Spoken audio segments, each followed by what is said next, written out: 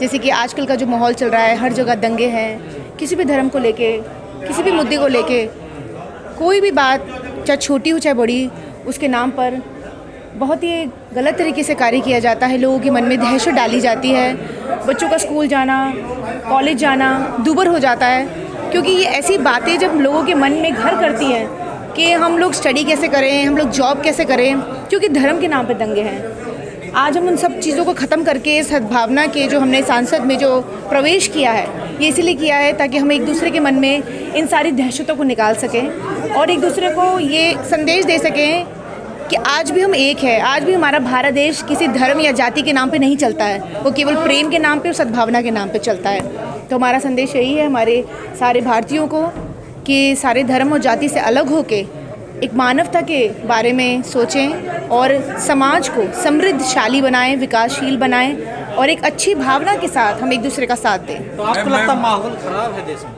बिल्कुल डेफिनेटली ख़राब है। अगर यही चलता रहा तो मुझे नहीं लगता है कि किसी भी तरह से हम किसी भी कार्य को अच्छी तरह से कर पाएंगे, क्योंकि जब हमारे मनों में दहशत है, हमारे युवा में दहशत है, हमारी जनरेशन में दहशत है, तो बताइए काम कैसे होगा? धर्म के नाम पे ही दंगे हो रहे हैं, धर्म के नाम पे मुद्दे उठाए जाते हैं। तो नारा सबका साथ सबका विकास। देखिए सरकार क्या कर रही है ये सब जानते हैं।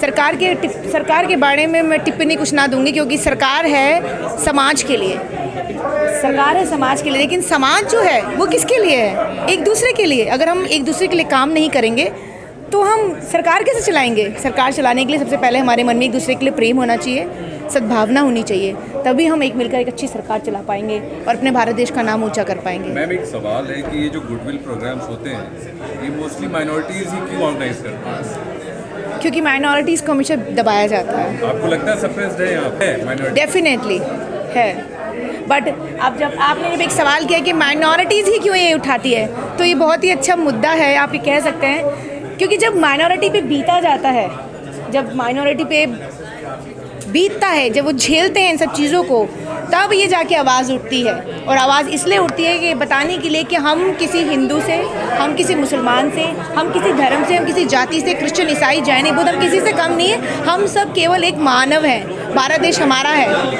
और हमने अपने भारत देश के लिए जो स्टडी करी इसलिए करी ताकि हम इस देश में रह के अपने लोगों को सक्षम कर सके और साक्षरता दे सके और वो दहशत जो सबके मन में है वो निकाल सके। केवल माइनॉरिटीज़ नहीं, बहुत सारे लोग हैं जो दलित हैं, वो भी इन सब चीज़ों को फेस करते हैं। हम सबके साथ हैं। लेकिन हम दूसरी तरह से ये भी कह सकते हैं कि डरा हुआ है इसलिए करते हैं। माइनॉरिटी कभी नहीं डरती।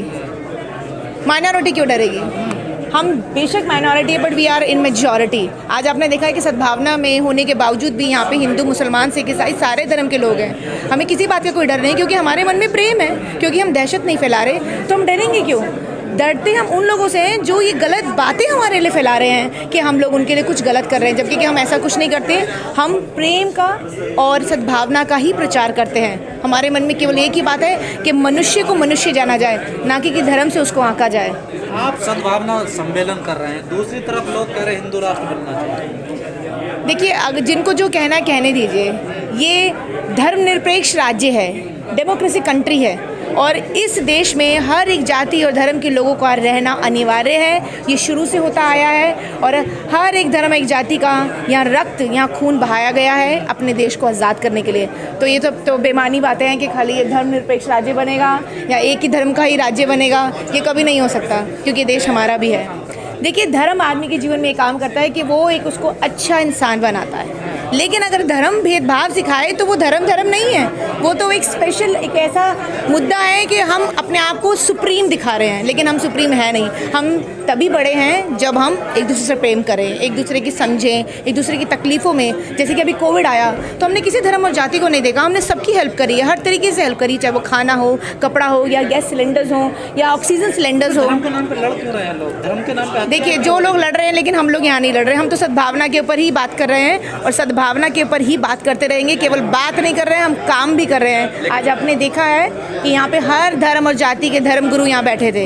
इससे ये बहुत बड़ा आपको नमूना देखने को मिलता है कि हमारे मनों में, हमारे बीच में इस तरह का कोई भी भेदभाव नहीं है। हम सबसे प्रेम करते हैं और सबके साथ सहयोग करते हैं। जो लोगों ने हिंदू मुस्लिम में, हम लोग यहाँ पर इसलिए आए हैं, सद्भावना का प्रोग्राम है, संसद सद्भावना का प्रोग्राम है। ये इसलिए मैसेज जाता है कि हिंदू मुस्लिम में जो कुछ लोग ऐसे हैं जो धर्म के नाम पर बांटना चाहते हैं देश के लिए, हम इसलिए आए हैं क्योंकि हमारा प्रोग्राम सक्सेस रहे।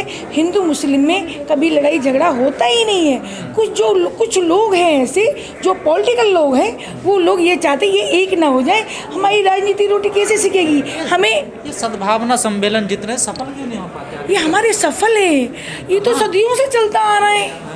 कौन कहता हम आपस धर्म में के नाम पे हत्याएं हो रही हैं। हत्या हो रही है? कुछ होते हैं बेरुखी लोग होते हैं, नफरत फैलाने वाले, फिर उनकी राजनीतिक रोटियां कैसे सीखेंगी? इसका मतलब आप ना समझाने में नाकामयाब हैं। नहीं, हम नाकामयाब नहीं है। हम आपे को इतनी, हमारा आज को ये संकेत जाता है सद्भावना के माध्यम से कि सब हमारे सब तरह के धर्म ग्रुप के लोग आए हुए हैं और इतनी बारिश में भी हमारा प्रोग्राम सक्सेस वो बड़े ठेकेदार हैं, वो नहीं आते हैं ऐसे सम्मेलन में। वो सम्मेलन क्या करें? बड़े ठेकेदार तो फ़ोन करते, नफरत के बीज बोने का काम करते, उन्हें आने की ज़रूरत क्या है? उन्हीं के पीछे तो ज़्यादा जनता है, भीड़ है। उनकी भीड़, ये भीड़ नहीं है, वो नफरत फैलाने का बीज बोते हैं, भीड़ नहीं है। तो उन्हें सुधारने की जरूरत है ना। वो सुधर तो रहे हैं, वो अब बताएंगे कि जब क्या। अभी कह रही है कि फोन करते हैं ना, और वो करते हैं बीज बुनाने का, हम कोशिश कर रहे हैं। हमारी ये सक्सेस रहेगा, मानवता जिंदा है और हिंदू मुस्लिम हम सब मिलकर अपने देश को बचाएंगे। नफरत फैल रही है देश में। देश में फैला रहे हैं कुछ लोग। कौन लोग हैं वो आरएसएस के लोग हैं, आप जानते हैं, कहने की जरूरत नहीं है। इसके तो मस्जिद में जा रहे हैं, देखिए मोहन भागवत। नहीं, मोहन भागवत जा रहे हैं ना, वो तो पॉलिटिकल चल रहे हैं कि भी हम जाएं, इनको भोली वाली जनता को लिए महलाएं फुसलाएं, और ताकि ये नज़दीक इलेक्शन आ रहे हैं इसलिए। आप तो कह रहे हैं कि भाई वो राष्ट्रपिता है। हाँ जी, राष्ट्रपिता बता रहे हैं। नहीं, कोई राष्ट्रपिता नहीं है, कोई कुछ नहीं है। हमारा मानवता का संदेश है।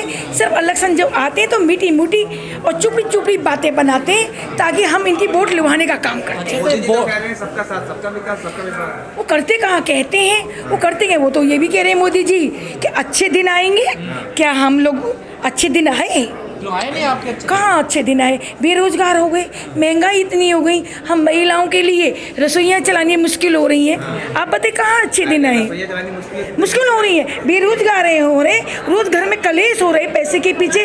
हम कहते तुम कमा के लाओ, घर में कलेश होता है, तो वो क्या कहते हैं हम कहाँ जाए जब काम बीजेपी की महिलाएं नेत्री, इन्हें महंगाई नजर नहीं आती। उनके लिए तो पेड महिलाएं होती हैं, इसलिए उनको महंगाई नजर नहीं आती।